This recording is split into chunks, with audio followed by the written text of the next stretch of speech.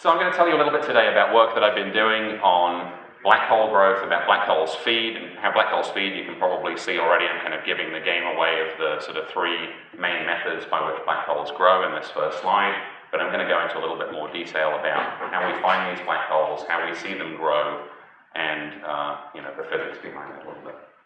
And feel free to stop me with questions as I go through. So if you look up at the night sky, then you'll see basically the sky is full of galaxies. And actually along the plane of our own Milky Way galaxy, it's full of stars, but as you move further and further away, then you find that really the stars kind of peter out and the galaxies start to dominate. And this is an image from the Hubble telescope with the Hubble Ultra Deep Field. It's the size of a grain of sand held at arm's length on the sky, and it contains a few thousand galaxies and just a small handful of stars. You can tell the stars by these little kind of diffraction spikes here, but these are mostly galaxies. Even the brightest stars in this image are too faint to be seen by the naked eye, and so what you're really seeing here is just a piece of empty space the size of a grain of sand held at arm's length. And this isn't a unique part of the universe. Everywhere you look on the sky is full of galaxies. And of course, this is an optical image. It's an image that was taken with the Hubble, and you can see nearby galaxies, you can see more distant galaxies, you can see big galaxies and small galaxies, and disentangling this and probing back towards the beginning of the evolution of the universe is kind of challenging. It keeps a lot of people busy, but for reference, this is what the sky looks like all over the place. There are hundreds of billions of stars in our Milky Way, and there are hundreds of billions of galaxies in the observable universe. But I want to talk a little bit today about radio observations. I'll talk about optical and X-ray and about other wavelengths that we use as well to understand our universe. But I'm going to talk a little bit about radio. Some of you probably have one of these on the side of your house. It's a radio antenna. It picks up radio signals, obviously, from the TV satellites that are being beamed down. But as astronomers, we also use radio dishes to do radio imaging. And people tend to think of radio as being sort of something that you're listening to, or in the case of your TV, obviously, this is the data being transmitted down from the satellite. But I think a good analogy for what we're doing as astronomers, well, at one level, it's kind of like radar, and actually astronomers do radar imaging, where they bounce pulses of radio waves off things in our solar system, like asteroids and planets, to map the surface, in the same way that an air traffic controller will bounce radar off planes to see where the planes are. But a lot of the more distant objects, you can't bounce the radio waves off them, but fortunately they're transmitting radio waves to us. And like transponders on planes around an airport, those signals from these objects are telling us about the objects, where they are, and what they're doing, essentially, just like planes. And so, by studying the radio light that these stars and galaxies and other objects emit, then we can tell about their characteristics in the same way as by studying the optical light that galaxies emit, we can study their characteristics too.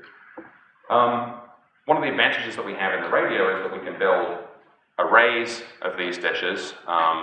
This is the very large array in New Mexico, ALMA down in South America, KAMA, a telescope that UC Berkeley is actively involved in, is in the Inyo Mountains, just east of Bishop. And then this sort of funny-looking thing here that really looks like kind of wires standing in a muddy field is the LOFAR telescope in the Netherlands, which is made of wires standing in a muddy field. And so you can get a lot of collecting area basically by combining signals from multiple telescopes. And actually this telescope is spread out all across Northern Europe. It's kind of a new design that's basically replacing a lot of the steel here in these kind of telescopes with silicon. In other words, we're using supercomputers at the back end to combine the signals from really pretty simple telescopes that actually look like some of the first radio telescopes that were built in the middle of the last century. So what do we see when we look at the sky in radio images? Well, here's an image that was made with the Allen telescope array, which I'm going to tell you a little bit about later. There is the full moon to scale, and here is this map of the radio sky. Actually, I'm lying to you. That's the full moon to scale. This is a huge area of the sky. It's 700 square degrees. The full moon is about a quarter of a square degree on the sky. And you're seeing about 4,000 little black dots in here, which don't look very exciting when you compare them to the Hubble Ultra Deep Field, right? And which image would you rather have on your wall? Or this? But if I tell you that each of these dots is an actively feeding and growing black hole, then the information that's behind that makes it kind of a cooler picture, I think. I mean, not necessarily cooler than the Hubble, but it's still, okay, that's kind of neat. 700 square degrees and thousands of black holes, supermassive black holes, billions of times the mass of the sun that are actively feeding. So here's a simulation. This is a backdrop of the Milky Way with what you would see if you were 600 kilometers away from a black hole with 10 times the mass of the sun.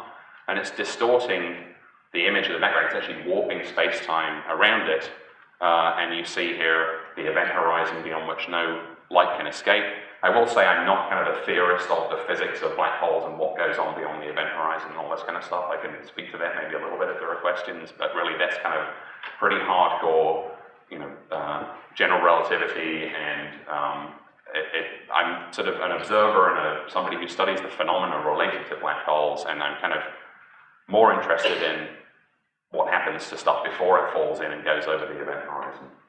So this is a 10 solar mass black hole in this simulation. These kind of masses of black holes are the endpoint of the lives of massive stars, which will explode as very violent supernovae or as gamma ray bursts, and then they collapse down to form this singularity in space surrounded by an event horizon that kind of veils what's going on really down there at the center. There are also supermassive black holes, as I've alluded to, that live at the centers of galaxies that are millions or even billions or tens of billions of times the mass of the sun. It's actually still an open question as to how they initially formed, but we do see how they grow and how they got up to those kind of massive sizes, and that's essentially what I'm going to talk about. Yeah? Is that a true picture, or is that a cross-section? This is a real picture in the background, but then it's a simulation of what the black hole would do to that background image. That pink area around it is flat.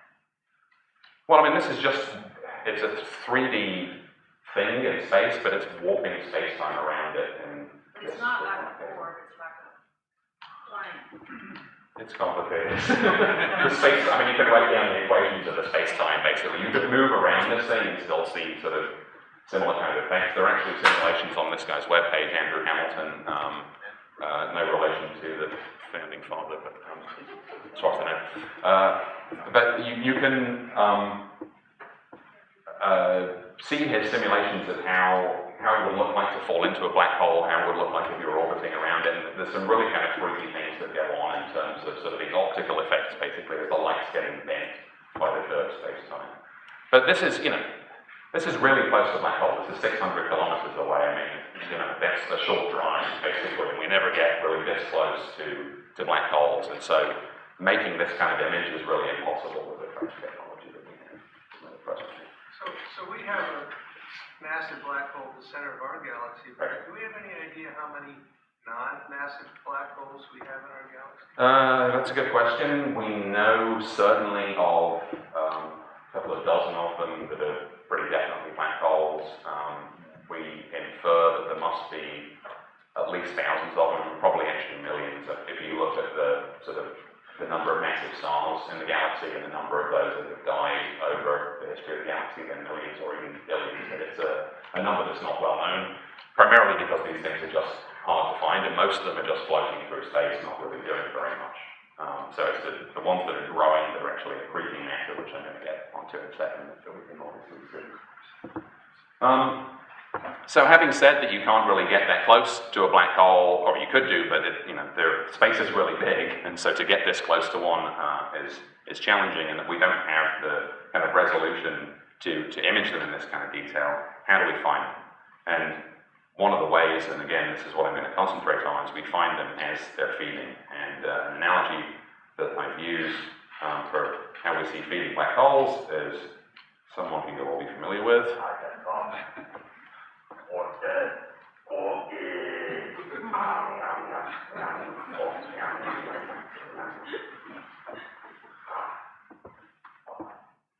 And of course, Cookie Monster's a puppet, so he doesn't actually eat any of the cookie. The cookie's just flying all over the place. The black holes eat about 10% of what we throw in there, but the rest of it is just, they're messy eaters, basically. The stuff is flying all over the place, and that's how we see them. We see the stuff that doesn't go in, basically.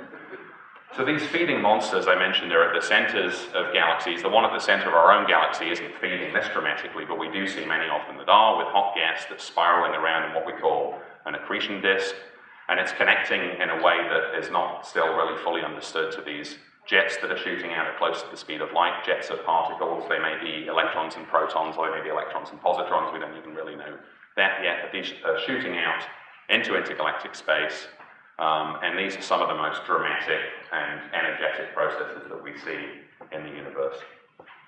But you'll see here, all this gas swirling around, this kind of little cartoon movie here from some guys at NASA Goddard Space Flight Center.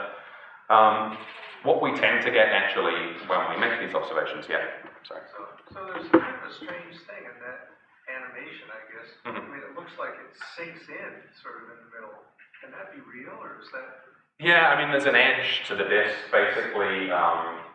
Again, it's pretty complicated and not entirely fully understood how this infalling material connects into the jet. But yeah, there's sort of a less stable orbit, basically, where stuff can no longer even just. But I mean, presumably, if you were looking at it from the bottom side, you'd see the same thing. Yeah. So that looks like there's something sinking in. Yeah, well, the disk kind of tapers off, and stuff is going into the black hole, and stuff is flowing out in these jets. So this material, I mean, a lot of it is it's going around on, fairly stable orbits here, but it's losing energy as it does so through friction and through heating and through emitting a lot of light, and that's why it's kind of spiraling in. And then some of it goes in, as I say, and some of it gets shot out. There's another question, Chris. But what we're seeing here, so here's the little cartoon movie, but what we see when we make these observations is just a snapshot. And here's a snapshot that I took on the drive up to the Allen Telescope Array, which again I'll introduce in a little bit, which is just north of Lassen National Park. If you want to study how trees grow in the forest, one option is to send a grad student out there with a clipboard and tell them to report back in 50 years. But it's kind of hard to get people to devote that amount of their life to studying some of these kind of long processes. So you can just take a snapshot and say, okay, well, first of all, we need to classify these trees and these trees and those trees, and make sure that we understand that these are two different kinds of trees and that we're not seeing some kind of process by which these turn into those. We can tell that these ones are more distant, actually through the intervening absorption from the atmosphere, and we can do that in space as well, with absorption from gas that's in between us and the object that we're studying. And so we can tell that these are probably the same size as these trees in the foreground, and again, kind of classifying and then coming up with sort of statistics of how many trees of different sizes we see, looking on the forest floor and seeing the little acorns and the pine cones and studying how this all grows. You can put together a consistent picture just from a snapshot. And really, astronomy's been a lot about snapshots for really thousands of years. Here's a picture of the universe as it was understood kind of around the middle of the 16th century. This was sort of a little bit later than the beginning of the revolution in astronomy that took place, but we still have here in this frontispiece from a book from 1588, the Earth at the center with the planets moving around on these spheres, the fixed outer sphere of the stars here just kind of rotating serenely about, and of course Queen Elizabeth presiding over the whole affair. Actually, a few years before that, I guess the news was kind of slow to get to England, but Copernicus had already proposed the sun at the center of the solar system with the planets orbiting around it here in 1543 in his book on the revolution of the heavenly spheres, and this was the beginning of the heliocentric universe, but still everything is kind of moving around pretty serenely, and the stars are out here just kind of coasting in their orbits. But in 1573, Tycho Brahe observed a new star that appeared in his observations. I think it's I here in this plot. And there was another supernova that was observed. So these are the explosive deaths of massive stars. Typically, there was another supernova that was observed by Kepler a few years later. And this was the real understanding that the sky changes in the Western world, at least. I'll mention, I know we have some visitors from China here, and actually the Chinese were onto this hundreds of years before the Europeans were, looking at observations of guest stars. And actually some of you, I'm going to show a little excerpt from a Chinese chronicle later, and I always ask if anyone reads 11th century Chinese, maybe some of you do, but I'll get to that in a few minutes. But in the West, really, this was the beginning of sort of the revolution in our understanding of how the sky changes. So our nearest supermassive black hole is at the center of our own galaxy, and these are some observations from a group down at UCLA, made with the Keck telescopes, and these are real images showing the orbits of stars around some object that's just marked here with a star in this plot. The object itself isn't seen here. I'm going to go back and run this again. And so these are stars whose motions have been studied from 1996. You can see the year kind of ticking over here up until the present day. I think this one goes up to 2011. And you see some of the stars kind of coasting in on fairly wide orbits, but some of you will probably have noticed there was this star that came in here and really had a kind of dramatic turnaround and was shot back out again in the opposite direction. I mean, imagine what it takes to stop a star in its tracks and turn it around and fire it back out again. Okay? What could possibly be lurking here at the center? Well, we're pretty sure it's a 4 million solar mass black hole that's at the center of the galaxy. Yeah. Maybe this one by and I didn't hear, but what was the time frame for that real sharp, like you were just describing? A few months, I think. Maybe a year. I mean, the whole orbit there is kind of 15 years, something like that. And it gets fairly close. I mean, it doesn't get close enough to be disrupted by the black hole. It just gets kind of turned around and shot back out. So the black hole at the center of our own galaxy isn't actively feeding right now, although there's a gas cloud that's been falling in that some of you may have read about in the media that's kind of exciting some interest and may actually give rise to increased activity from the black hole at some point. But a lot of the work that I'm doing is on these much more active galactic nuclei, as we call them, or AGNs. You may hear me use that term. Where the black hole at the center is surrounded by the secretion disk that you saw earlier, and then this big kind of donut-shaped torus of gas and dust. And actually this little cartoon, this is actually from a research paper, so it's showing kind of the various kinds of things that you may see if you were looking at this black hole from different angles. It's kind of like the story of the blindfolded man trying to touch the elephant and figure out, touch the legs, it's a tree trunk, touch the tail, it's a rope, touch the trunk, it's a snake. And we see these objects from different directions, and they look like quite different things depending on whether we're looking down the beam of this jet that's shooting straight towards us, or whether we're seeing from the side here a lot of gas and dust that's obscuring our view of the central region, or whether we're viewing from different angles, and then whether or not, in fact, the black hole has these jets shooting out or not. And we still don't, as I say, really understand exactly what the phenomena are that lead to jets or no jets. Yeah. So on that side there on the left, it says radio loud above the line of Right. axis and radio quiet. Right. Why would that be? So this isn't the same object. This is kind of a cartoon of, looking on this side, a black hole launching jets, looking on the other side, a black hole that's not. And different kinds of things that are seen: Cepheid galaxies, quasars, broad and narrow line radio galaxies, optically violent variables, BL-like objects. I mean, all of these things are things that were classified by astronomers. And again, I said, classification is important, but we're understanding now that all of these different things are actually just manifestations of really kind of the same fundamental process that's going on here. Yes? You mentioned that when the black hole is feeding, 10% of what goes in gets eaten up or whatever. Now, is the jet going out, is that the 90% that doesn't go in, or is that the 10% that comes in and goes back out? None of the stuff that actually goes in over the event horizon comes back out, at least not on any kind of reasonable timescale. So the jet is carrying some of that away. There's also probably winds of gas that are coming off the secretion disk that's falling in. There's only a small amount that's actually making it in there, and the rest gets out one way or another eventually, basically, yeah. What causes the jet to go in two directions only? I mean, essentially, it's kind of, there are magnetic fields in the disk that are getting wrapped around and twisted up, and it's kind of like twisting a rope, basically. The magnetic fields, as they're twisting around, basically collimate, in other words, kind of focus that jet. And it's sort of shooting out like a fire hose, basically, along the axis of rotation of the black hole. So the black hole at the center here is likely spinning, at least, it's probably unlikely that it's just completely static relative to the accretion disk, so it's spinning around and that's kind of forcing some of that material out. And how far does it shoot out? I'll show you in the next picture. Yeah. There's something that I'm not understanding, seems pretty peculiar about that 90% number. And if you take that massive black hole in the center of our galaxy and that star that whipped around it, would that mass be considered something that was feeding on it and shot back out? Not really. I mean, what I'm talking about here is, really a different phenomenon in terms of black. I mean, the black hole at the center of our galaxy is not really feeding very much at all. This is kind of orders of magnitude different in terms of the amount of stuff that's flowing in, basically. This big disk structure, we don't see, certainly on this scale, in our own galaxy.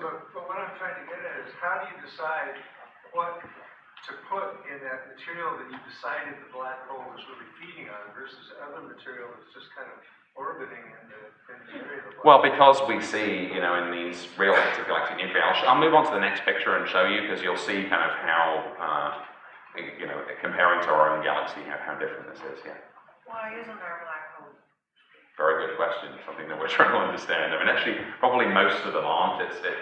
Space is very big, and getting gas in to those central regions is kind of hard. But yeah, actually, our black hole is less active than we think it really ought to be, given its size, and that's a bit of a puzzle. So again, showing sort of the power of observations at different wavelengths. Here's X-ray observations from the Chandra Observatory in space. Here's a visible light picture from the Hubble Space Telescope, and here are radio observations from the Very Large Array that I showed you earlier. And then you combine them all into one image here, and you see the central galaxy here. So this is probably hundreds of thousands of light years across. It's got a black hole at the center. There's some hot gas at a couple of millions of degrees that's glowing in X-ray light here.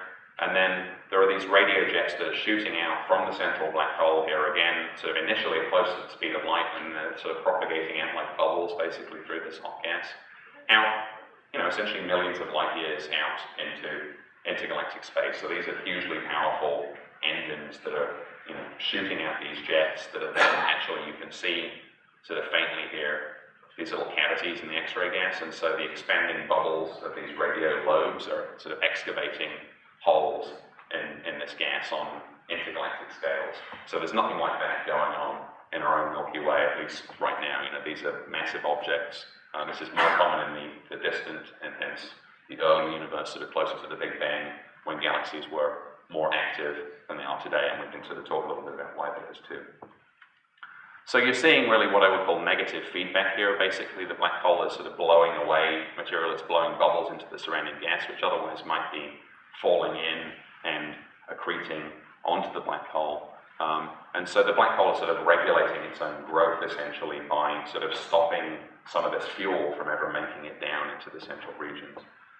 And this is realized now to be, for at least around the last decade, this has been realized to be an important part of the formation of galaxies themselves. Here's a rich galaxy cluster in the local universe, hundreds of galaxies here that are all kind of living in a very dense environment.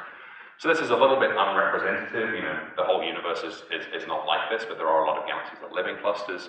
And you see certainly a lot of these massive galaxies, well, they look kind of orange in this picture, or they're red and dead, basically, in sort of the parlance of astronomers. Some of you who were here for Mariska Creek's talk last month will have heard her talk about how galaxies grow and how they evolve.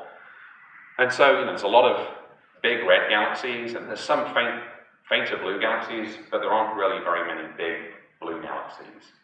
But if you put gas into simulations, into supercomputer simulations, and you just evolve it forward, you should get these big blue galaxies too. You should get big blue galaxies and big red galaxies. And it was only with the work of Darren Croton, who was at Berkeley at the time, and others, Phil Hopkins, who's still here, and some other researchers, that have realized the role of these active galactic nuclei in cutting off the accretion of that gas, that we've realized why, in this plot on the right here, where you're seeing mass increasing to the right, massive galaxies over here, less massive galaxies over here, and then you're seeing red galaxies at the top and blue galaxies at the bottom, and again color-coded as elliptical galaxies and as spirals here. So there's red ellipticals and blue spirals, but essentially this is what you see in the simulations before you turn on these active galaxies, and you'll see in the top plot here, basically the big blue galaxies go away in the simulation, and this in fact matches what we see in the universe, that those black holes that are blowing the gas away as they're feeding are also truncating the formation of stars in their parent galaxy too. So they're sort of regulating the growth of the black hole and the galaxy itself. There's some more work that's been done, including with some observations that I took up at Keck Observatory down in the South Bay. Again, the Very Large Array Radio Telescope comes into play here, so the background image is optical light. You see a couple of galaxies colliding here. There's another galaxy over here, and two of them here have these AGNs, these actively feeding supermassive black holes in there, and are shooting out jets into intergalactic space, which are kind of splashing off surrounding gas basically here. But this one's kind of interesting, because we have a little blue blob here, and this is neutral hydrogen gas, again seen in radio observations, and at the leading edge here you see this little blue glow, which is about 10 million new stars. They're all kind of under 6 or 7 million years old that are being born in the system as the jet from this nearby galaxy is slamming into the gas and actually creating shock waves that are triggering gas clouds to collapse. And so this is what I would call positive feedback. It's also been seen in the more distant universe here, again with jets in the kind of contour pictures here, and then a negative image in optical light basically showing where the new stars are forming, and they align with the jets that are spreading out from the black hole that's here at the center in this object. And so positive feedback and negative feedback kind of working together, you get a balance which is thought to explain this sort of long-standing puzzle about why big supermassive black holes live in the most massive galaxies and why the smaller supermassive black holes live in less massive galaxies. Essentially that there's somehow this thing that's sort of the size of our own solar system, but millions or billions of solar masses that's living at the center of the galaxy knows about things that are going on galaxy-wide scales. And obviously the connection, again, there is through these jets that are going out and doing work basically on the surrounding gas.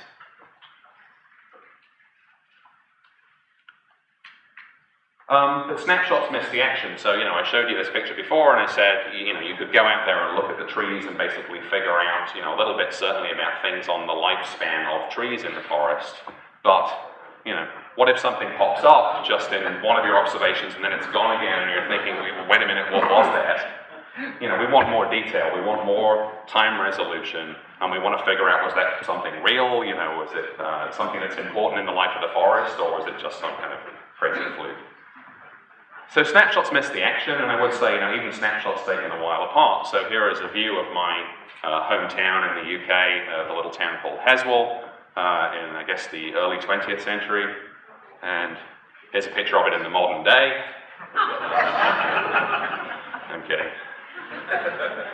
Here's a picture of it in the modern day. So you can actually see the same trees here. You can see things that are kind of evolving over time. You can see the cars have changed. But really, if you want to know about kind of the daily habits of people in the town, then you do need to kind of sit there and watch for a bit on the kind of time scales of events that are taking place that are of interest.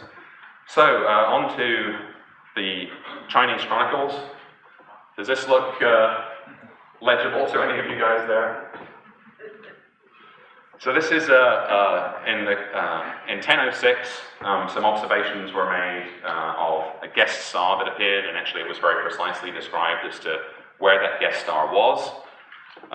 It took about 339 years to publish those observations. We try and publish things on a shorter time scale, but this is from a 14th century chronicle. And then it took another 620 years to get the follow-up observations, and again, we try and be a bit quicker than that. But here, the 1,000-year time scale is interesting, because here's supernova 1006, seen about 1,000 years later, with the Chandra telescope that I mentioned already, with some optical telescopes in Hawaii, and with the radio telescopes, the Very Large Array, and the Green Bank telescope. And you see this shell of hot gas that's expanding out into surrounding space. Again, kind of a shock wave coming out here. And we can study a lot about the lifespan and the process of supernova explosions by sort of targeting our observations onto those timescales. Yeah? You didn't catch me when I first was pointing, but there was a slide where you showed 0 and then 1 million and 1 billion. Mm-hmm. So your English heritage is showing, because that's an American trillion. Oh, well, no, I think that's an American billion, actually. The scale is not right. Well, it's a log scale.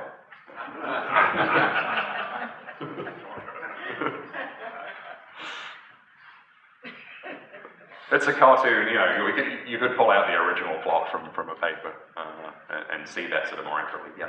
What's the white business on the other side of that? This thing? Yeah.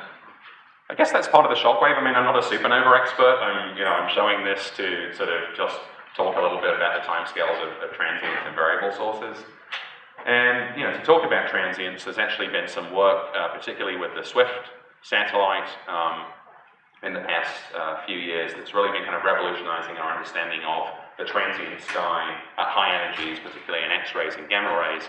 So what kind of things do we see in the transient sky? What kind of things pop up and then go away again? Well, I've mentioned supernovae, gamma ray bursts, also probably related to the deaths of massive stars or perhaps to the mergers of neutron stars.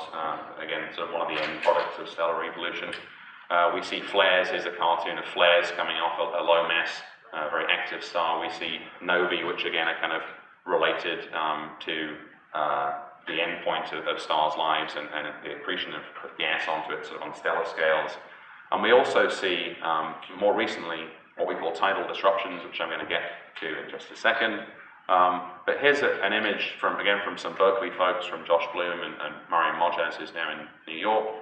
And you see, actually they were pretty lucky here. They were monitoring this galaxy. They saw a supernova go off, and then they monitored for a little bit longer, and they saw a second supernova go off in the same object. As far as I know, that's the only time that we've seen that, but it's some pretty cool observations. That was another question. What's a guest star? Well, a guest star was the term that the Chinese used to say a new star that appeared, and we now understand that it was a supernova, essentially, by going back and looking at those, looking in the same place with modern telescopes. So again, thinking about variability and thinking about sort of matching the timescales that we're observing onto the timescales of interest in the objects that we're looking at, what are those timescales as concerns black holes? Well, here's some observations of what we now know to be a black hole, actually going back to 1880, before we even knew that black holes existed. So this is kind of cool. But these are from optical plates, basically, observations that were taken over 100 years ago, that we've then been able to go back and say, okay, there was this thing that was changing in brightness. It's getting brighter and fainter and brighter and fainter. And although it's kind of hard to tell from this plot on the left, there's a periodicity here that's about 12 years. And it's now thought, basically, that what we're seeing here is, first of all, this 18 billion solar mass black hole with the accretion disk around it, but then there's a second 100 million solar mass black hole on a 12-year orbit here that's plunging in and out of the disk around the secondary, or in the primary, I guess, here, and causing these flares as accretion takes place onto the second black hole here. So, you know, that's an example here where, you know, 100-year timescale is interesting, but actually a lot of the stuff that's going on in the accretion disk is on timescales of days to weeks to months to years. Basically, how long does it take light to cross? How long does it take sound to cross? How long does it take material to free fall in? How long does it take to heat or cool the gas on these kind of scales? And so these are accessible to the scales of a research project or certainly a research career. And so, you know, this is an area of some interest now. So how do we probe these kind of timescales? Well, one way is to just do big surveys of the sky, and a lot of the work that is being done now in sort of building these next generation telescopes is focusing on these real kind of optically fast, wide field of view telescopes with big cameras that are surveying vast swaths of the sky, sometimes the whole sky every night, essentially, to quite faint sensitivities. You see on the left a computer rendering of the Large Synoptic Survey Telescope, which is going to be coming online towards the end of this decade. There's a little kind of computer guy for a scale here, so you can see there's a pretty big primary mirror on here, but it's also pretty kind of short and stubby optically.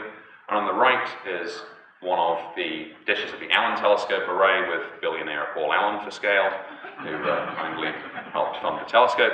And you can see again that the scale, the sort of the design of these telescopes is pretty similar. Okay, they're stubby, they're wide field of view, they're optically fast, and so they're really good at surveying large areas of the sky. Here is me and Casey in here. She's still working on that side. You might have seen Casey on the way in here. There's Casey up at the ATA and some of our other colleagues here working on commissioning the telescope. So it was a joint effort between Berkeley and the SETI Institute down in Mountain View. Unfortunately, because of the sort of terrible funding climate for research in astronomy, UC Berkeley had to pull out. The SETI Institute is still operating, actually with the US Air Force, who are interested in tracking space debris, what they call space situational awareness. So there's still work going on up at the ATA, but what I'm going to show you is some of the work that we did during basically this 4-year period from 2007 to 11, and then some sort of further data analysis and publishing of papers beyond that. So the ATA has 42 6-meter antennas. The plan was to expand this up to 350, but again, when it became clear that the money wasn't going to materialize for that, then the telescope became sort of more of a technology demonstrator for some of the other big telescopes that are going to be built elsewhere in the world over the next few years. And this new design, I alluded to this earlier about replacing steel with silicon. It's called LNSD, or a large number of small diameter dishes. And so instead of building just giant metal dishes, you just build a large number of kind of smaller, cheaper dishes and then combine them together with a supercomputer basically at the back end. And for those of you that are interested, some more kind of technical aspects of it here, but it can operate in kind of quite a wide range of the radio frequency spectrum. So I mentioned these wide-field radio surveys. Again, you see on the left here the 700 square degree survey that we did with about 11 different epochs, 11 visits basically to this field to see whether we're seeing variability of any of these thousands of feeding black holes that you're seeing in here, the little black dots. And then on the right, a smaller field where we had more observations, going into the hundreds of observations here, basically just going back day after day and seeing, okay, did any of these things change? And this was called the pi gigahertz sky survey, because it was at 3.14 gigahertz, so we call it PIGS, which is a little bit silly, but you know, that's what we came up with. And you're seeing here, again, that same field that you just saw, but now as an animation where you're seeing kind of things flickering. You're actually seeing sort of background noise kind of coming up and going here. These aren't real sources that are out here, it's just that the sensitivity of the telescope is kind of changing a little bit depending on what the conditions are like for the observations day after day. But you're seeing, you know, maybe some variability in some of these objects. It's difficult to kind of disentangle what's the real variability and what is just kind of calibration of the telescope, and that's what we spent a lot of time doing, basically trying to figure this out. So you could take any one of these individual objects and basically plot over time, okay, how bright does it appear? Again, I should add that all of these are actively feeding black holes, basically, so that's why we're interested in them. It's radio emission from the stuff that is either spiraling in or shooting out of the black holes at the centers of distant galaxies. And so we want to see, is that changing over time? Are they just sort of eating at a constant rate, or is it going up and down? And even if it is going up and down, then is that connecting to the outflows in a similar way where, you know, the material falling in, the material falling out, obviously know about each other, but do we see those kind of variations on the same kind of time scales? And so can we figure out sort of the physics and the, you know, the dynamics basically of that central engine? And so by pulling out sort of, again, this sort of light curve basically from one of these objects, you get something that looks like this. Actually, we're observing in 2 different frequencies at once here, and you see, you know, it goes up and down a little bit, but these are the kind of uncertainties on the measurements, and this thing is not really varying dramatically relative to kind of its long-term average background level. This is just an example of one of the sources from this field here. So we've got these 2 frequencies of observations. We can say, okay, well, do we see the same thing at both of those frequencies? Essentially, that's what I'm plotting here. How variable do these sources appear in the 2 frequency bands? And a straight line says just as variable as each other, basically, in those 2 bands. What we see here on the right is, okay, how big is that variability? There's more variability moving to the right, and then it's more significantly detected moving up here. And so, you know, there's things that look like they're pretty variable here, but we're not very confident that they are. Essentially, is what you're saying with stuff down here. And then there's things that don't look like they're so variable, but we're pretty confident that we measured them well, that are up in the top left here.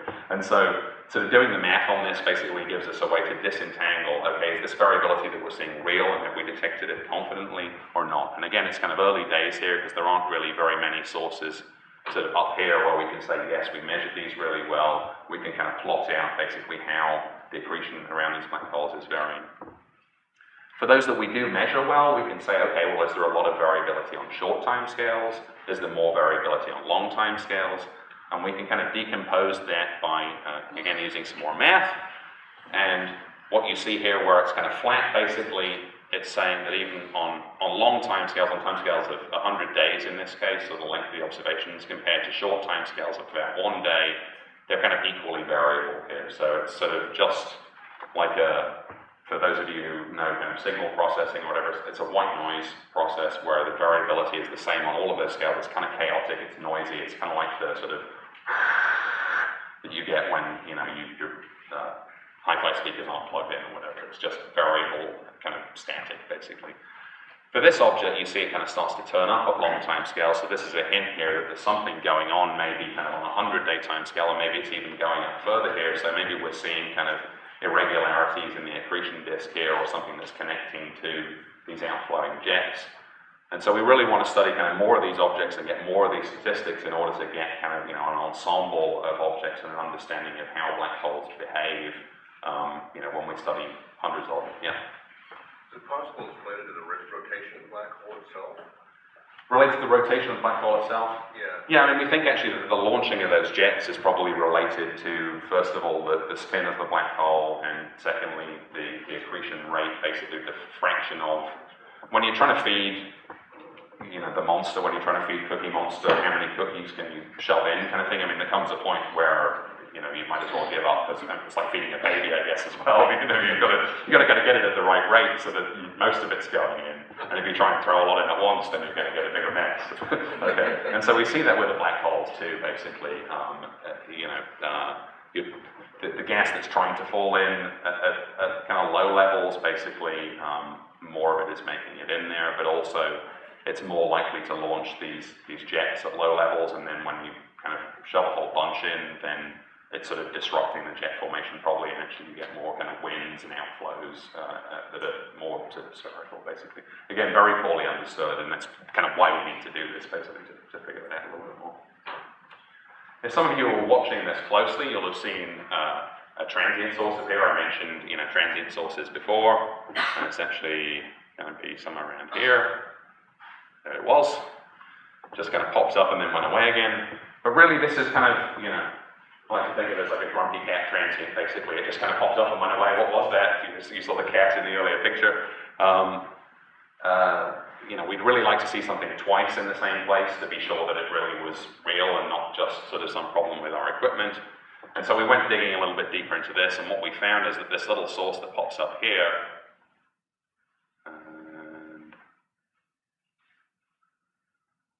come on. There it is.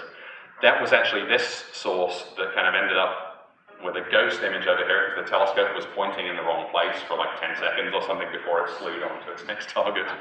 And so, we got a little bit of this source in the wrong place basically, and then we got on target and then everything looked fine. And so really, the regime that we're operating in right now is sort of a regime of kind of weird bugs with the system kind of thing, where you don't expect to see things like that very often. In hundreds of observations, we only saw one of these things. But where you have these glitches, we have more glitches than we have real events right now in terms of these transient events in radio astronomy. So we've got to be really careful about making sure that the things that we're seeing are real kind of flares, let's say, for example, as opposed to problems with the telescope or with the calibration. So what kind of things might these be? I mean, certainly it would be nice to see something that popped up and was quite bright and then kind of gradually decayed away again. And if we saw that, and if that light curve had a specific shape, then we could be fairly confident that we were seeing a black hole snacking on a star. So I've talked a little bit about kind of the black holes gorging themselves on gas, but what about if they just want a little snack? Here's a little cartoon. So see the black hole against the background here, see the star that happens to wander too close. And the gravity of the black hole is pulling on one side of the star more than it's pulling on the other side of the star. It's kind of like the tides of the moon on the Earth. Basically, the reason why we have tides is because the gravity of the moon on one side is a little bit stronger than the gravity on the other side that's further away. And you see the same thing with the star here, that's what we call tidally disrupted. In other words, that the sort of gradient in the gravity of the black hole is stretching and squishing and tearing the star. And about half of the mass of the star falls in and launches the secretion disk and the jet that's associated with it that looks pretty similar to the earlier cartoons that I was showing you of the active electric nuclei. Just one second. And the other half leaves the system basically and never makes it into the black hole. Yeah. So the jets are not constant, they change all the time? In this case, That's right, yeah. In the cases that I was showing you before, where the black hole is sort of constantly feeding, and really those changes in net accretion, we think probably only take place on millions or tens of millions of years, basically when the black hole turns on, and then when it turns off again. That's probably sort of a 10 or even hundreds of millions of year time scale kind of process. And how far out do those jets go, and what is the effect if something passes through? The jets go out millions of light years into intergalactic space, and as I showed in an earlier slide, basically they're kind of blowing bubbles in surrounding gas, potentially triggering the birth of new stars nearby in that gas. Potentially if one of them kind of hit a nearby galaxy in which there were planets hosting life, then it could strip off the ozone layer from the planets. I mean, it kind of depends. That's a little bit more speculative, but these things, the actively accreting black holes, the AGNs, are a part of the life cycle, if you like, of most major galaxies. So at some point in their history, certainly big galaxies probably had a phase where their black hole lit up like that. But what we're seeing here is just kind of a quiescent black hole, which most of them are. Like 99% of the supermassive black holes are really just sitting there not doing very much. And every once in a while, probably about once every 10,000 years in an average galaxy, a star wanders a little bit too close, like those ones that I was showing you, around our own Milky Way's black hole. They weren't getting too close, they managed to get out again, but every once in a while you get kind of a hole in one, basically, and this is what happens. There was another question, I think. So there's this point in this animation where, the star is kind of getting distorted, and then all of a sudden, boom, there's like a big flash. And, is that an artifact of the animation, or is there something real about that? Well, I mean, actually tearing a star apart is a pretty violent process. So if you watch it right here, ready, distorting, and then boom. Yeah, that's a good question. I mean, I'd have to go back and read the papers on exactly what's happening, but you've got a star that's happily kind of running a fusion reactor, and it's cold there basically, and then you're tearing that fusion reactor apart, so it's probably something to do, if you thought like Fukushima was bad, then try, tearing a star apart. Yeah. And is it a funnel that's always getting from one direction, getting stars from a certain direction? Probably not, no. I mean, it's just, there are stars on various orbits in the interior regions of the galaxies. So it could come in at any angle to the pole. Yes. It's more like, say, a ball that has a magnet of things around it. Yeah, and that's actually a good point, because, there may be changes in the phenomena that we see, at least at kind of some small level, depending on whether, if the black hole's rotating, is the star coming in aligned with the rotation of the black hole, or counter to that rotation, and we do think that with more precise observations, we'd be able to tell the difference between those. So this was really kind of, Did you say that a star can go into a black hole and it can't come out? No, I said in this case, so, and this is one word that is, a British immigrant to the United States that I have terrible trouble pronouncing. One of them is banana, and the other one is half. And people don't understand what I'm saying, they go into the coffee store, where's the half and half? So half a pound of, roast beef at the butcher's counter or whatever. Half of the star falls in, and the other half kind of coasts on out. But yeah, none of it actually that goes over the event horizon comes back out. Excuse my mangling of my mother tongue. So, cartoon here again, something that was predicted by a famous astronomer called Martin Rees back in 1988, but it hadn't been seen until a couple of years back when the Swift satellite that I mentioned before saw this bright flare, and actually what you're seeing, I think, here is ultraviolet and optical in white and purple, and then X-ray observations in, I'll actually read my notes here, they're going off the bottom of the slide. The X-ray, I think, is in blue, presumably, or red.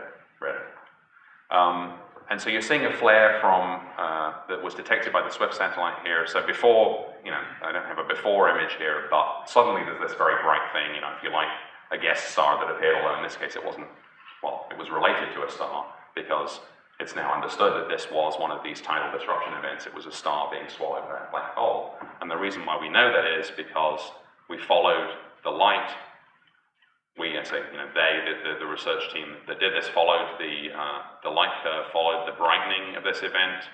So after the trigger back here, basically, from the gamma ray observations, it was monitored carefully in radio using the very large array at 2 frequencies.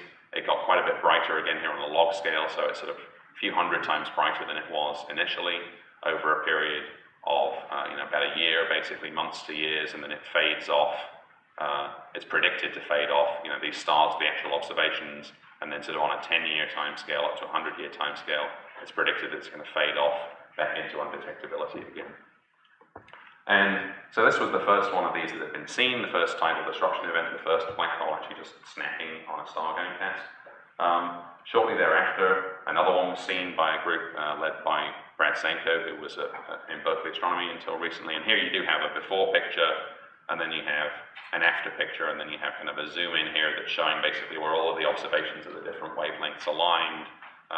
And again, this was tracked over time, the flare was tracked over time, and it's understood again that this is another tidal disruption event. And so we're starting to understand the physics of these, and we're also starting to understand the statistics of the populations, how many there are, basically, as I alluded to, about 1 every 10,000 years per average galaxy, something like that. Yes? Which one of the there is having the tidal disruption event? Well, you don't actually even see the galaxy beforehand, in this relatively shallow observation from the Sloan Digital Sky Survey in the optical, and then suddenly it's marked here by, so this is, again, it's a negative image. You're seeing this little black dot is actually a bright spot, basically, that suddenly appeared at the position where the Swift satellite had seen its gamma ray trigger, which I think is probably the cross there. So here's zoomed in kind of after the fact with the Keck telescope, and I think that's the radio position there, the white circle. So again, all the observations are pointing to this consistent picture, that this was another star that was being swallowed. I'm kind of running a little bit short of time. I'll scoot through the next slides a little bit faster. I may just pass over some of these, but this is some work that was done where, again, kind of a bunch of these transient candidates were seen just in a single epoch of observations. So this was 944 observations over a period of years of a calibration field for the very large array. And some of these, the squares and triangles and diamonds, mark these sources that were only seen to just appear once and then go away again. And so there was some interest. This was work by my boss here at Berkeley, Jeff Barrow. And we went back to follow this up, while another group followed it up first and said, okay, we're going to do some deep optical imaging and see, are they in galaxies? The positions of these radio transient sources, essentially no galaxies were seen. I mean, there's one here where it's like, okay, well, that's pretty close. Is that associated with that? We kind of have to figure it out. I'm going to gloss over this, but you can ask me sort of some more later if you're interested. We went back a little bit later and did some X-ray observations. So you're seeing this kind of complicated picture here that's showing in white all of the sources that we saw in X-rays, in green the sources from the radio observations, and in the kind of color and red image in the background observations from optical. And so you're trying to make sense of all this and say, okay, which of these things are associated with which? Are these transients really associated with X-ray sources, for example, which might tell us that it was related to a black hole that was feeding and sort of, basically flared in X-rays and flared in the radio, or is still feeding and emitting X-rays, but then flared at some point in the past. And so we're trying to kind of disentangle all this. I'm going to gloss over this. It's kind of too much detail to get into right now, but we found that there was one of them which seemed to be associated with an active galactic nucleus in the sort of relatively distant universe. And we did that by doing these multi-wavelength observations and essentially kind of fitting templates to those observations to figure out how far away this thing was and what it is. And it is indeed one of these active galactic nuclei. But then kind of the weird thing is that, you look at it and there's this big offset here. We would expect that if this was a flare, then it would be aligned with the X-ray source at the center of the galaxy.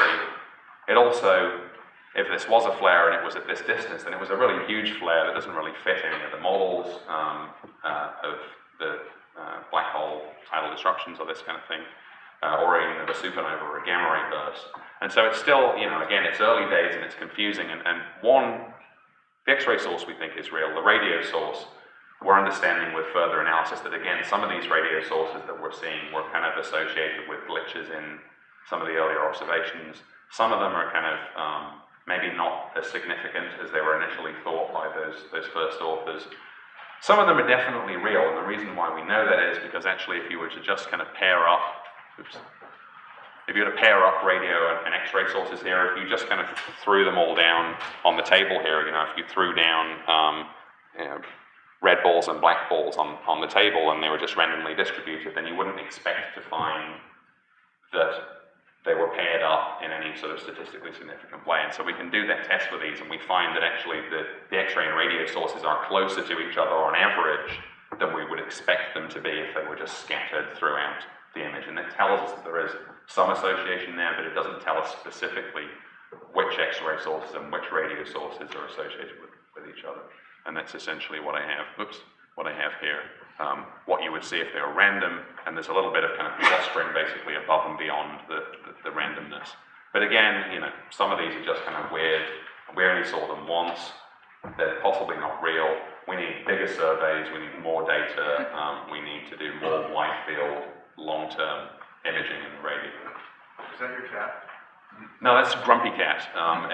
If you're not familiar with Grumpy Cat, then you should Google her, but she's a internet phenomenon. So, moving from the very large array to, the ATA, seeing a much larger field of the sky, a little nod to the SETI Institute here. Probably wouldn't appreciate that if I'm doing serious science that is searching for signals from extraterrestrial civilizations that probably don't actually look like ET from the movies. Okay, I'm going to go through. I'm going to move on to the cannibalism, galactic cannibalism, and black hole cannibalism. And here's a picture of two merging galaxies. It's essentially what I'm getting at. They're kind of eating each other, basically. This is a real image from the Hubble Space Telescope. And we see a bunch of these when we look out there in the universe. Here are some all merging galaxies, and actually these, again, we're talking about the SWIFT satellite, the gamma ray satellite, that's detecting an excess of these actively feeding black holes in these merging galaxies, which is telling you essentially that the mergers are helping feed the black holes, probably by more gas from these incoming galaxies getting stirred up and getting sort of sent down into the inner regions of the galaxy where they're managing to kind of make the black hole grow. But this is just this kind of steady, again, kind of AGN accretion. Just one second. And this is from some work that I did with some collaborators out at Livermore, where we paired up a radio survey. So essentially you're counting the number of active galactic nuclei as a function of how big the galaxy is, and what you see is that bigger galaxies are more likely to have active galactic nuclei, going up from close to just a few percent up to about 30% of the most massive galaxies have these actively feeding black holes. And then what you see here, so on average that's the black line, but then the blue line and the red line show the difference between galaxies that are found in just kind of relatively less dense environments and galaxies that are found in more dense environments where they have more close companions. They're more likely to be in galaxy clusters, richer galaxy clusters here. So just splitting them kind of into these two bins, and you see that even for a galaxy of a given size, if it finds itself with more close companions, it's more likely to have an active galactic nucleus at the center. And so again, they're kind of influencing the stirring up of the gas and how much that gets down there. Sorry, there was a... So when two galaxies merge, presumably they have two massive black holes, and do those two massive black holes merge? We think they do. So black holes will sink down to the center. In some cases, they're going to get, kind of one of them will get scattered out of the galaxy, but in many cases, we do think that they will merge. Simulations from Chris Hansey down at NASA Ames in Mountain View. I think this is kind of a cartoon view of a simulation, but what you're seeing here is gravity waves spreading out through space-time as the black holes merge. These are hugely violent events. And actually this room right now is saturated with gravity waves from the mergers of supermassive black holes, which is kind of cool, because these are going on all over the place in the universe. Space-time itself is basically ringing like a bell with the waves that are coming out, emanating from these kind of systems that are passing through us, and actually they're stretching and compressing this room as we sit here in your bodies and all the atoms in your bodies. except only by a really minuscule amount, to the extent that I think it's sort of 1 part in like 10 to the 15 or something. It's smaller than the diameter of an atom on a scale of several kilometers, and that's why these things are really difficult to detect. There's a couple of experiments that are aiming to do this, yeah. Well, as long as we're on that topic, a black hole can never get too big. I mean, they just can get bigger and bigger and bigger as far as we theorize. The black hole get bigger and bigger and bigger. I mean, we do see they sort of cut off at some stage, and that's probably just related to how long they've had over the history of the universe to grow at the maximum rate that they could grow. But yeah, there's no reason, I don't think, theoretically, why they couldn't get bigger. You say bigger, does that mean more massive? It doesn't really mean bigger in dimension. It means both. I mean, the black hole itself, the singularity there at the center, basically has no size, but the event horizon, the size of the event horizon just relates to the mass. Actually, you put more mass in, and the event horizon gets a little bit bigger. Yeah. Do they all rotate? What happens if they join together and they're rotating in the same direction, in the same plane, or they're rotating in opposite directions in the plane? Right. Again, good question. And we've not seen this specific kind of late stage spiraling in.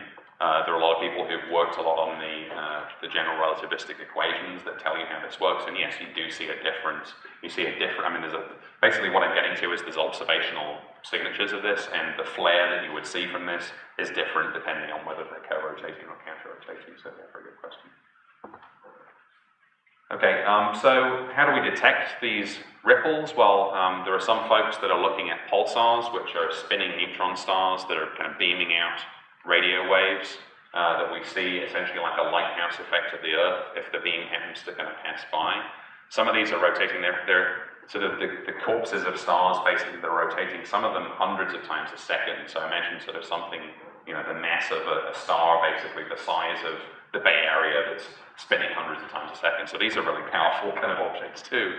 They're beaming out these radio waves. I won't get into kind of the physics of pulsar emission, but there are people here at Berkeley that work on this kind of stuff. But what you're seeing here again in this kind of cartoony picture is somewhere off here in the distant universe, there's a merging pair of supermassive black holes.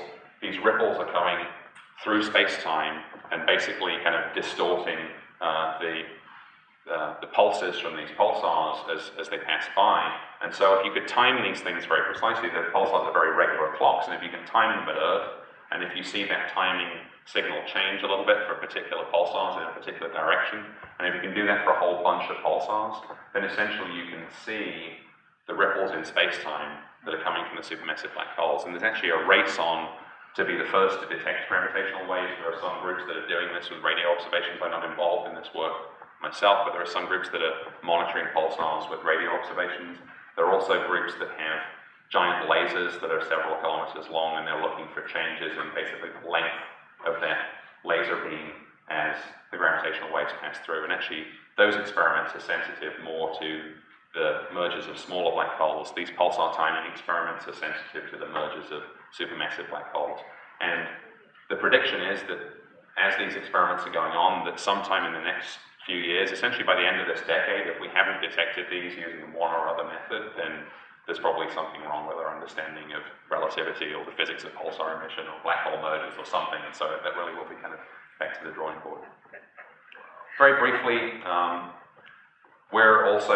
working with some folks at the University of Wisconsin in Milwaukee to look for the signatures of the kind of late stage in spiraling these black holes. So before they merge, maybe sort of hundreds of years before they merge, where you're seeing a simulation that we did to show kind of how the radio emission might change, getting fainter and brighter over time. So there's a lot of scattering here, but you can see that there's this underlying sort of wave shape here, basically, that we hope with enough of these objects to be able to detect.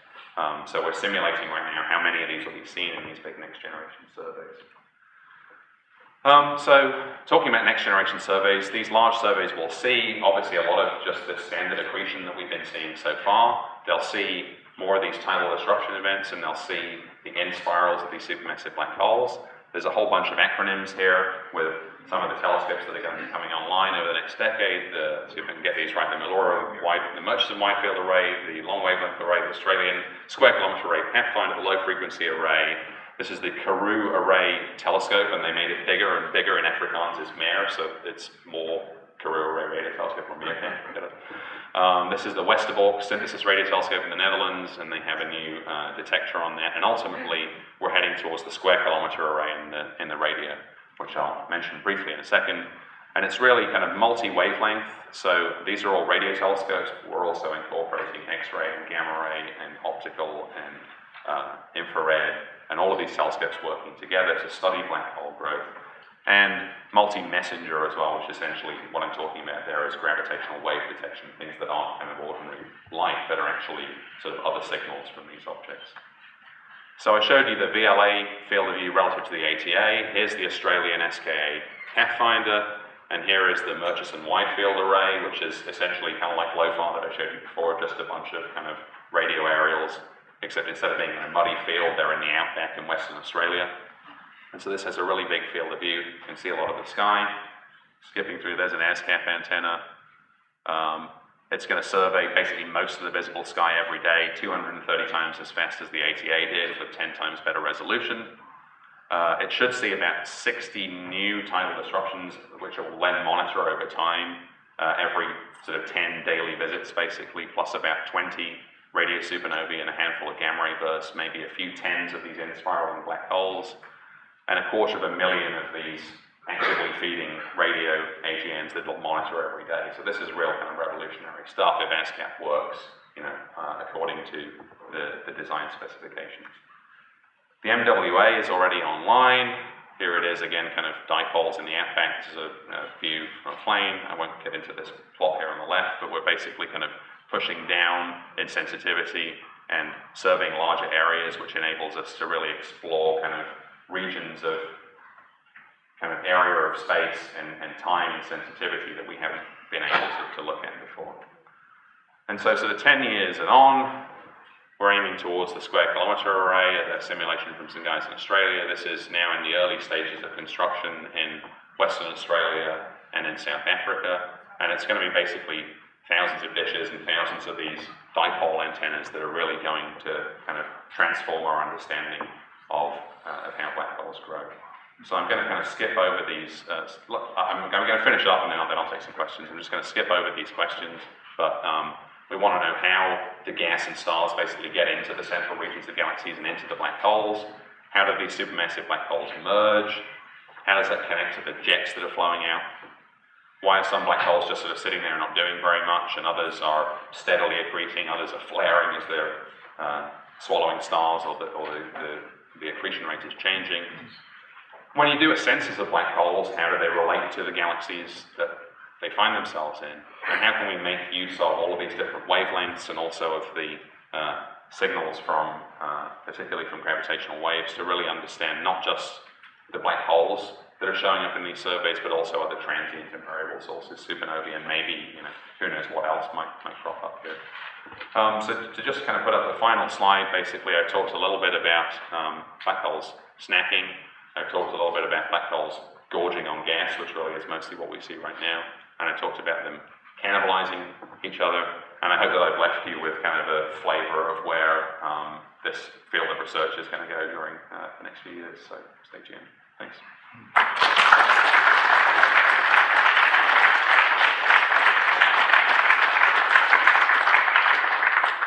Very simple question. Those facilities, are they in the southern hemisphere to minimize radio noise? The question is, were those facilities that I showed in the southern hemisphere because there's not much radio noise, or is there some other reason? And actually, by and large, there's a lot of open space in Western Australia and in the Karoo in South Africa, the Karoo Desert. I did show you the one that was built in the Netherlands, and you might think, well, why build a radio telescope in the heart of Western Europe? And I mean, actually, that was a question that came up sort of when that was reviewed, but really it was sort of a political decision. It was EU money, it was Dutch money, and their collaborators, and they wanted it to be built there. It means it's not the ideal site. It's kind of like optical astronomy. you know, in the UK, the Royal Greenwich Observatory, I mean, now it's sort of in the suburbs of London. They moved it out to towards the south coast where there was less light pollution, but the English weather's still terrible. You know, at least it was kind of a short drive for the astronomers to get out there. Now, you know, all of that takes place in Hawaii, you know, on the tops of remote tropical mountains. How about space-based observations? Space-based is really important for things like the X-rays, so I showed the SWIFT satellite because the X-rays don't penetrate Earth's atmosphere. For radio observations, first of all, the radio observations will penetrate the Earth's atmosphere. Secondly, it's difficult to get all that hardware up there, you know, thousands of antennas basically up into space. Some people have explored, you know, should we be doing more of that? There's talk of putting radio telescopes on the far side of the moon where they'd be shielded by thousands of kilometers of rock from your garage door opener and your cell phone. But what we're doing basically now a lot with the more modern radio telescopes is just focusing on measuring kind of across a range of channels. You know, if you dial through your radio dial, if you're driving out through, you know, the remote outback, if you're looking for the FM stations, and actually really the MWA is operating in and around the FM band. And so imagine kind of dialing through, you wouldn't pick up very much. Actually what they do see, which is kind of neat, is they see reflections of FM stations from distant towns off both the moon and the International Space Station as it goes overhead, so they can track these things as they move, which is kind of a cool sort of byproduct. But mostly that radio dial is kind of empty and just full of static. You know, in the Netherlands, obviously that's very different. But what could you do to get rid of that? Well, you just need to be able to tune pretty finely and ignore the channels where you've got a lot of radio noise and focus on the ones where it's relatively quiet. Yeah. Yes. So you talked mostly about radio and a little bit about X-ray. What is available in other parts of the spectrum, visible, infrared, ultraviolet, etc.? Right, good question. A lot. I mean, you know, these active black holes, certainly quasars, which is a term sort of used interchangeably really with AGNs, although they essentially refer to the same thing broadly, were first discovered, or you know, first understood really with the help of optical observations, particularly optical spectroscopy, splitting the light up into its constituent parts. So when you have an object that you want to know whether it's an AGN or not, one way is to confirm it with optical spectroscopy. But you know, part of the problem is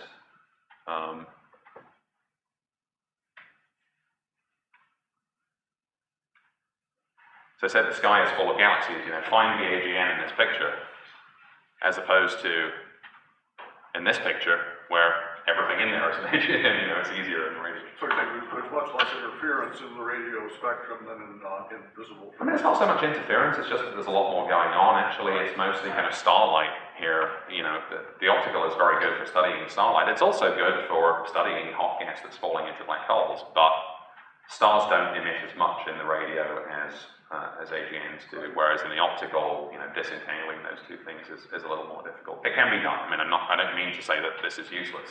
It's very useful, but and it's also kind of not really an area that I focus on as much. I'm more of a radio kind of guy. Yeah. I was curious about also the spectrum that you're using for the Allen telescope.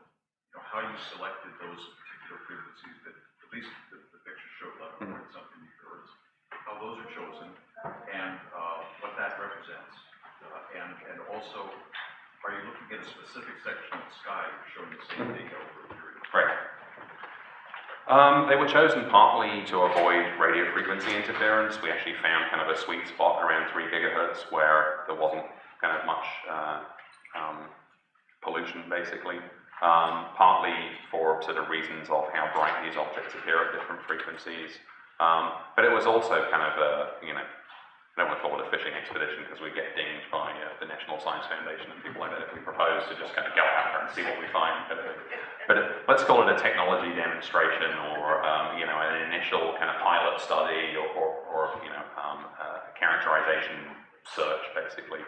And, you know, nobody had looked at this before basically to look at the variability on those kind of timescales of those frequencies. So that was basically the reason. Going back to the analogy of the Cookie Monster, so 90% of the material is just messy stuff floating around. Supposedly it will recombine into stars at a certain point?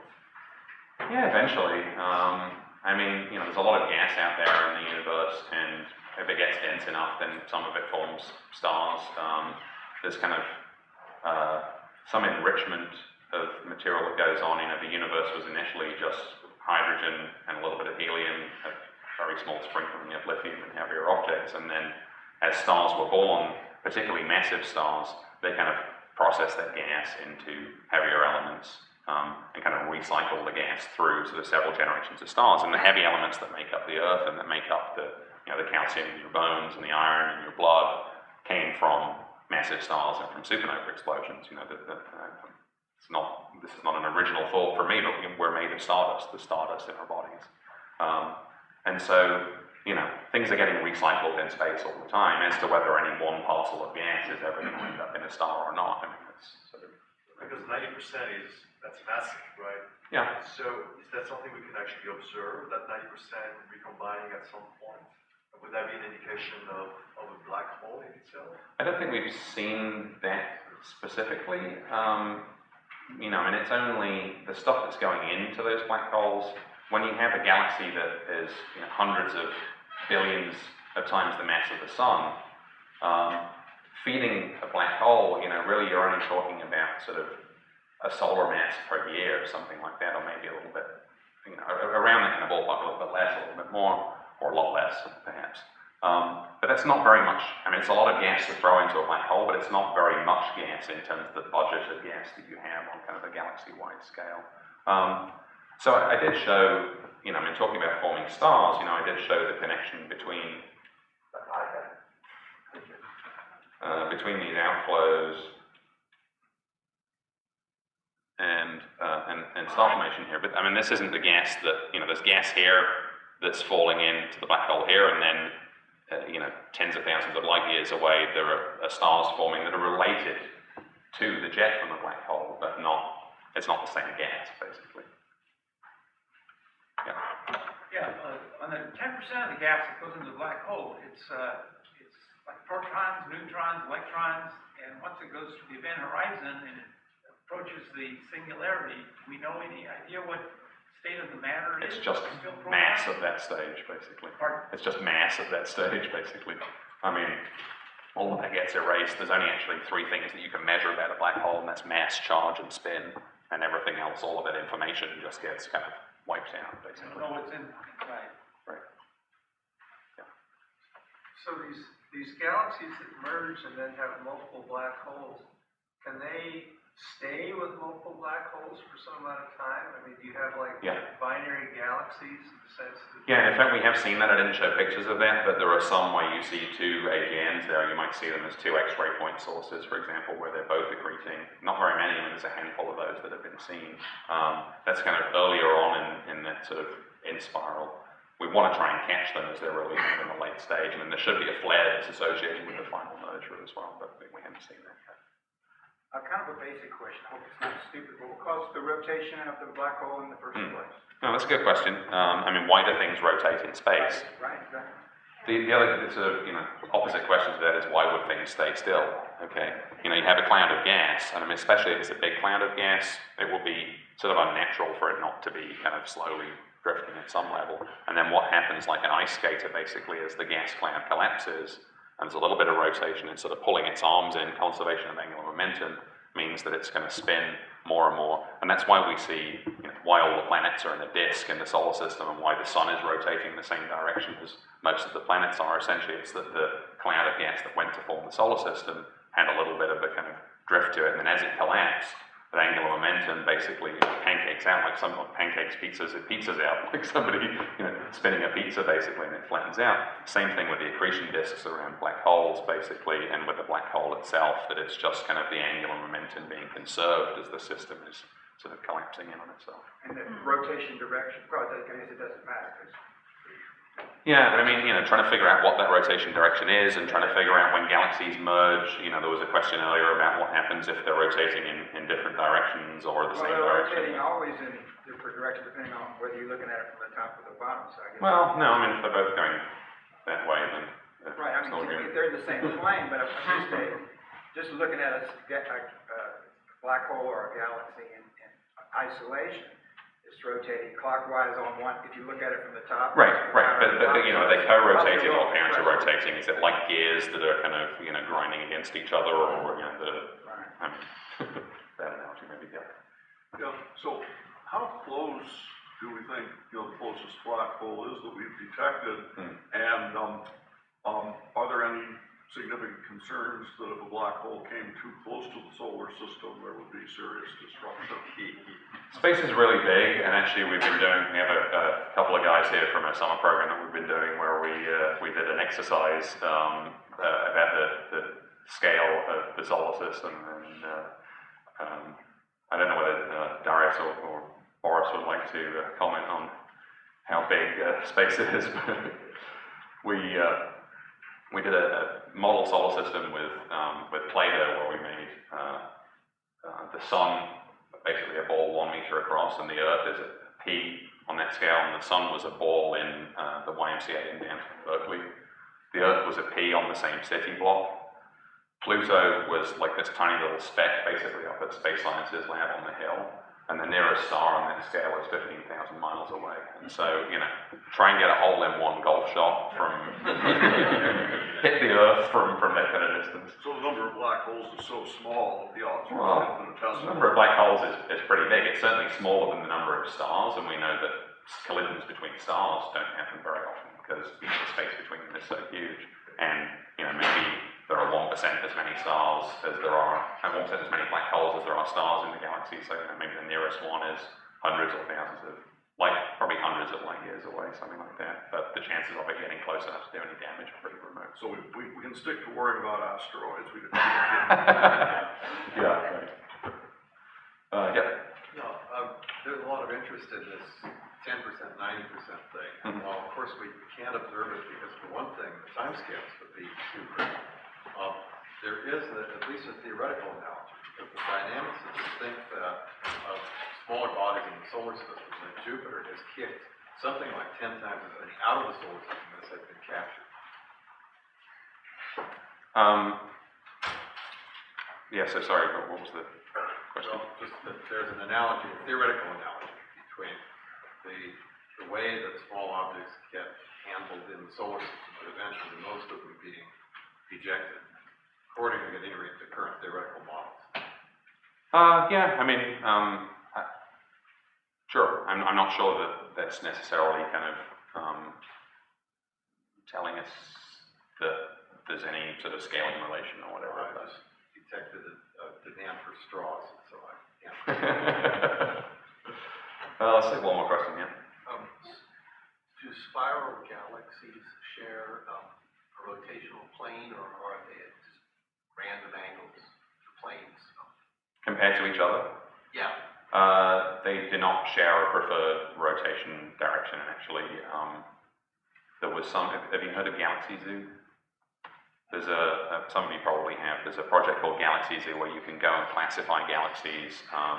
You know, it's kind of free labor for the project, you know, principal investigators, but it's also kind of a fun thing to do. Like as an amateur, basically they show you a picture of a galaxy and they say, you know, is this a spiral or is it an elliptical, is it a clockwise spiral or a counterclockwise spiral? Is it a merger, you know, and you can just go and click through. And they found actually that so long as they get like 10 classifications per galaxy from just random people that log onto their website and go through their little training thing, that it's actually more accurate than getting a grad student to do it. A lot cheaper. And you can classify, you know, thousands of these things, basically, people just going through. In fact, their most successful galaxy classifier, I think they figured out that since the project launched, if he had been, and it was a he, if he had been classifying galaxies at a rate of kind of 1 every 4 or 5 seconds for the lifetime of the project, then he'd been doing this like 40 hours a week, basically non-stop for a couple of years. They were grateful for his contribution. I think he was quite a good classifier. But what they found basically was some thought that it appeared that galaxies in one part of the sky had a slight tendency to be more counterclockwise than galaxies in the opposite side of the sky. And I'm like, this is really weird. I mean, does the universe have a preferred direction, preferred axis?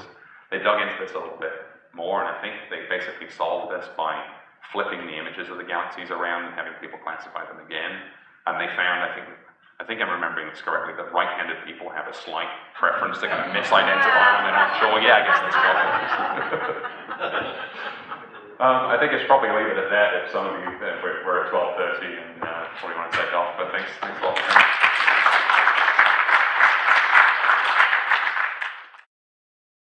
Sizes, and that's essentially what I'm going to talk about. Yeah. Is that a picture, is that a cross-section? This is a real picture in the background, but then it's a simulation of what the black hole would do to the background image. So. That pink area around it Yeah. is flat. Well, I mean, this is just, it's a 3D thing in space, but it's warping space-time around it. And but it's not like a board, it's like a plane. It's complicated. The space, I mean, you can write down the equations of the space-time, basically. You could move around this thing and still see sort of similar kind of effects. There are actually simulations on this guy's webpage, Andrew Hamilton, no relation to the founding father, but as far as I know. But you can see his simulations of how it would look like to fall into a black hole, how it would look like if you were orbiting around it, and there's some really kind of freaky things that go on in terms of sort of these optical effects, basically, as the light's getting bent by the curved space-time. But this is, this is really close to a black hole. This is 600 kilometers away. I mean, that's a short drive, basically, and we never get really this close to black holes, and so making this kind of image is really impossible with the current technology that we have presently. So we have a massive black hole at the center of our galaxy, but do we have any idea how many non-massive black holes we have in our galaxy? That's a good question. We know certainly of a couple of dozen of them that are pretty definitely black holes. We infer that there must be at least thousands of them, probably actually millions. If you look at the sort of the number of massive stars in the galaxy and the number of those that have died over the history of the galaxy, then millions or even billions. But it's a number that's not well known, primarily because these things are just hard to find, and most of them are just floating through space, not really doing very much. So it's the ones that are growing that are actually accreting matter, which I'm going to get onto in a second, that we can obviously see. So having said that you can't really get that close to a black hole, or you could do, but space is really big, and so to get this close to one is challenging, and that we don't have the kind of resolution to image them in this kind of detail. How do we find them? And one of the ways, and again, this is what I'm going to concentrate on, is we find them as they're feeding. And an analogy that I've used for how we see feeding black holes is someone who you'll all be familiar with.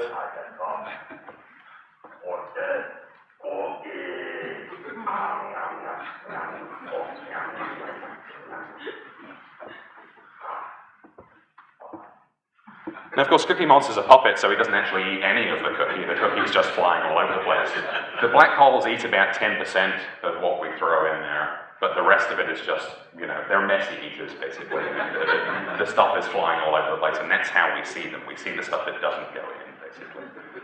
So these feeding monsters I mentioned are at the centers of galaxies. The one at the center of our own galaxy isn't feeding this dramatically, but we do see many of them that are, with hot gas that's spiraling around in what we call an accretion disk. And it's connecting in a way that is not still really fully understood to these jets that are shooting out at close to the speed of light. Jets of particles, they may be electrons and protons, or they may be electrons and positrons. We don't even really know that yet, but these are shooting out into intergalactic space. And these are some of the most dramatic and energetic processes that we see in the universe. But you'll see here, all this gas swirling around, this kind of little cartoon movie here from some guys at NASA Goddard Space Flight Center. What we tend to get actually when we make these observations, So there's kind of a strange thing in that animation, I guess. I mean, it looks like it sinks in sort of in the middle. Can that be real, or is that? Yeah, I mean, there's an edge to the disk, basically. Again, it's pretty complicated and not entirely fully understood how this infalling material connects into the jet. But yeah, there's sort of a less stable orbit, basically, where stuff can no longer even just. But I mean, presumably, if you were looking at it from the bottom side, you'd see the same thing. Yeah. So that looks like there's something sinking in. Yeah, well, the disk kind of tapers off, and stuff is going into the black hole, and stuff is flowing out in these jets. So this material, I mean, a lot of it is it's going around on fairly stable orbits here, but it's losing energy as it does so through friction and through heating and through emitting a lot of light, and that's why it's kind of spiraling in. And then some of it goes in, as I say, and some of it gets shot down. There's another question, just. But what we're seeing here, so here's the little cartoon movie, but what we see when we make these observations is just a snapshot. And here's a snapshot that I took on the drive up to the Allen Telescope Array, which again I'll introduce in a little bit, which is just north of Lassen National Park. And if you want to study how trees grow in the forest, one option is to send a grad student out there with a clipboard and tell them to report back in 50 years. But it's kind of hard to get people to devote that amount of their life to studying some of these kind of long processes. So you can just take a snapshot and say, okay, well, first of all, we need to classify these trees and those trees and make sure that we understand that these are two different kinds of trees and that we're not seeing some kind of process by which these turn into those. We can tell that these ones are more distant, actually through the intervening absorption from the atmosphere. And we can do that in space as well, with absorption from gas that's in between us and the object that we're studying. And so we can tell that these are probably the same size as these trees in the foreground, and again, kind of classifying and then coming up with sort of statistics of how many trees of different sizes we see, looking on the forest floor and seeing the little acorns and the pine cones and studying how this all grows. You can put together a consistent picture just from a snapshot. And really, astronomy's been a lot about snapshots for really thousands of years. Here's a picture of the universe as it was understood kind of around the middle of the 16th century. This was sort of a little bit later than really the beginning of the revolution in astronomy that took place, but we still have here in this frontispiece from a book from 1588, the Earth at the center with the planets moving around on these spheres, the fixed outer sphere of the stars here just kind of rotating serenely about, and of course Queen Elizabeth presiding over the whole affair. Actually, a few years before that, I guess the news was kind of slow to get to England, but Copernicus had already proposed the sun at the center of the solar system with the planets orbiting around it here in 1543 in his book on the revolution of the heavenly spheres, and this was the beginning of the heliocentric universe, but still everything is kind of moving around pretty serenely, and the stars are out here just kind of coasting in their orbits. But in 1573, Tycho Brahe observed a new star that appeared in his observations. I think it's I here in this plot. And there was another supernova that was observed. So these are the explosive deaths of massive stars. Typically, there was another supernova that was observed by Kepler a few years later. And this was the real understanding that the sky changes in the Western world, at least. I'll mention, I know we have some visitors from China here, and actually the Chinese were onto this hundreds of years before the Europeans were, looking at observations of guest stars. And actually some of you, I'm going to show a little excerpt from a Chinese chronicle later, and I always ask if anyone reads 11th century Chinese, maybe some of you do, but I'll get to that in a few minutes. But in the West, really, this was the beginning of sort of the revolution in our understanding of how the sky changes. So our nearest supermassive black hole is at the center of our own galaxy, and these are some observations from a group down at UCLA, made with the Keck telescopes, and these are real images showing the orbits of stars around some object that's just marked here with a star in this plot. The object itself isn't seen here. I'm going to go back and run this again. And so these are stars whose motions have been studied from 1996. You can see the year kind of ticking over here up until the present day. I think this one goes up to 2011. And you see some of the stars kind of coasting in on fairly wide orbits, but some of you will probably have noticed there was this star that came in here and really had a kind of dramatic turnaround and was shot back out again in the opposite direction. I mean, imagine what it takes to stop a star in its tracks and turn it around and fire it back out again. Okay? What could possibly be lurking here at the center? Well, we're pretty sure it's a 4 million solar mass black hole that's at the center of the galaxy. Yeah. Maybe this one, Brian, I didn't hear, but what was the time frame for that real sharp, like you were just describing? A few months, I think. Maybe a year. I mean, the whole orbit there is kind of 15 years, something like that. And it gets fairly close. I mean, it doesn't get close enough to be disrupted by the black hole. It just gets kind of turned around and shot back out. So the black hole at the center of our own galaxy isn't actively feeding right now, although there's a gas cloud that's been falling in that some of you may have read about in the media that's kind of exciting some interest and may actually give rise to increased activity from the black hole at some point. But a lot of the work that I'm doing is on these much more active galactic nuclei, as we call them, or AGNs, you may hear me use that term, where the black hole at the center is surrounded by the accretion disk.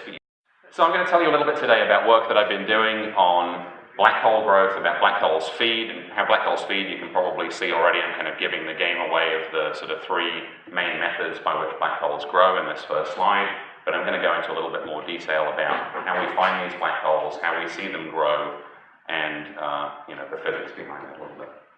And feel free to stop me with questions as I go through. So if you look up at the night sky, then you'll see basically the sky is full of galaxies. And actually along the plane of our own Milky Way galaxy, it's full of stars, but as you move further and further away, then you find that really the stars kind of peter out and the galaxies start to dominate. And this is an image from the Hubble telescope of the Hubble Ultra Deep Field. It's the size of a grain of sand held at arm's length on the sky, and it contains a few thousand galaxies and just a small handful of stars. You can tell the stars by these little kind of diffraction spikes here, but these are most of the galaxies. Even the brightest stars in this image are too faint to be seen by the naked eye, and so what you're really seeing here is just a piece of empty space the size of a grain of sand held at arm's length. And this isn't a unique part of the universe. Everywhere you look on the sky is full of galaxies. And of course, this is an optical image.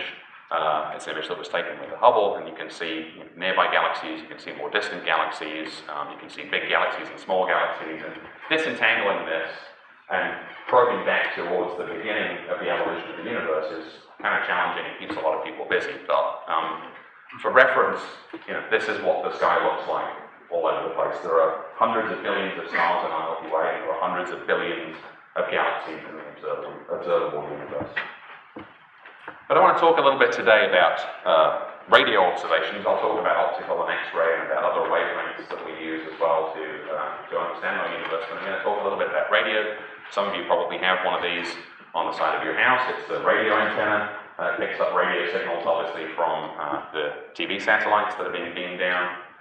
But as astronomers, we also use radio dishes to do radio imaging. And people tend to think of radio as being sort of something that you're listening to, or in the case of your TV, obviously, this is the data being transmitted down from the satellite.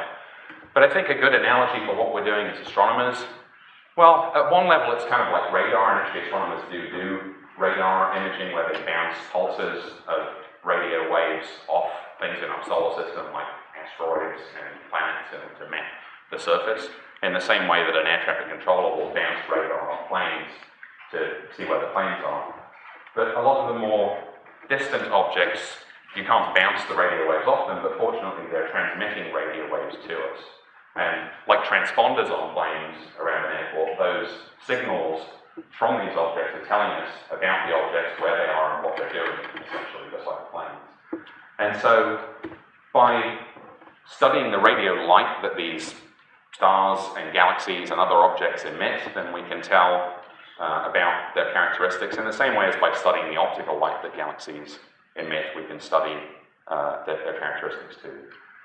One of the advantages that we have in the radio is that we can build arrays of these dishes.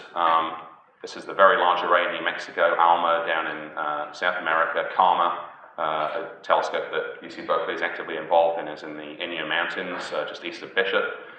And then this sort of funny-looking thing here that really looks like kind of wires standing in a muddy field is the LOFAR telescope in the Netherlands, which is made of wires standing in a muddy field on top of them. And so you can get a lot of collecting area basically by combining signals from multiple telescopes. And actually this telescope is spread out all across Northern Europe. It's kind of a new design that's basically replacing a lot of the steel here in these kind of telescopes with silicon. In other words, we're using supercomputers at the back end to combine the signals from really pretty simple telescopes that actually look like some of the first radio telescopes that were built in the middle of the last century. So what do we see when we look at the sky in radio images? Well, here's an image that was made with the Allen telescope array, which I'm going to tell you a little bit about later. There is the full moon to scale, and here is this map of the radio sky. Actually, I'm lying to you. That's the full moon to scale. This is a huge area of the sky. It's 700 square degrees. The full moon is about a quarter of a square degree on the sky. And you're seeing about 4,000 little black dots in here, which don't look very exciting when you compare them to the Hubble ultraviolet field, right? And which image would you rather have on your wall, the Hubble or this? But if I tell you that each of these dots is an actively feeding and growing black hole, then the information that's behind that makes it kind of a cooler picture. I mean, not necessarily cooler than the Hubble, but it's still, okay, that's kind of neat. 700 square degrees and thousands of black holes, supermassive black holes, billions of times the mass of the sun that are actively feeding. So, here's a simulation. This is a backdrop of the Milky Way with what you would see if you were 600 kilometers away from a black hole with 10 times the mass of the sun. And it's distorting the image of the background. It's actually warping space-time around it. And you see here the event horizon beyond which no light can escape. I will say I'm not kind of a theorist of the physics of black holes and what goes on beyond the event horizon and all this kind of stuff. I can speak to that maybe a little bit if there are questions, but really that's kind of pretty hardcore, general relativity, and I'm sort of an observer and somebody who studies the phenomena related to black holes, and I'm kind of more interested in what happens to stuff before it falls in and goes over the event horizon. So this is a 10 solar mass black hole in this simulation. These kind of masses of black holes are the endpoint of the lives of massive stars, which will explode as very violent supernovae or as gamma ray bursts, and then they collapse down to form this singularity in space surrounded by an event horizon that kind of veils what's going on really down there at the center. There are also supermassive black holes, as I alluded to, that live at the centers of galaxies that are millions or even billions or tens of billions of times the mass of the sun. And it's actually still an open question as to how they initially formed, but we do see how they grew and how they got up to those kind of massive